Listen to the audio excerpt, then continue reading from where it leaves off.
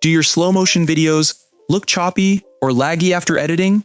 Creating smooth slow motion videos in CapCut Mobile is very simple. Open your video project in CapCut Mobile. First, tap on your video clip in the timeline to select it. Look at the bottom menu and tap on Speed.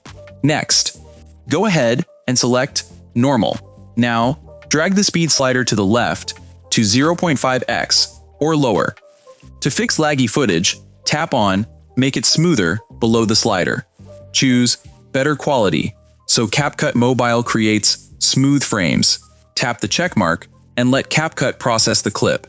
Here is a pro tip to fix distorted audio. Before you tap Done, turn on the pitch toggle right inside the speed menu.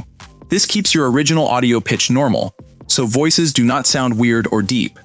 Play your video to see the beautiful smooth slow motion effect. Subscribe for more easy editing tips.